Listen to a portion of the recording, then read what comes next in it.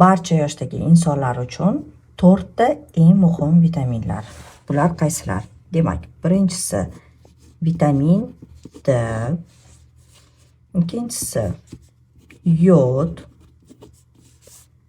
uchinchisi omega 3 va to'rtinchisi magniy. Xo'sh, ularni qaysi payt ichgan yaxshiroq? Vitamin D ertalab yoki kechki payt ovqatdan so'ng. Yod faqatgina ertalab ovqatdan keyin. Magniy kechki payt ovqatdan so'ng. Omega esa ham ovqatdan oldin, ovqatdan so'ng yoki ovqat mahaliysi bo'ladi. Faqatgina omegani ovqatdan oldin ichsa ko'proq ozishga yordam beradi. Ovqatdan so'ng ichish esa semirishga yordam beradi. Va magniyni yana shunday turi borki, uni ertalab ichish bizga ko'proq kuch beradi.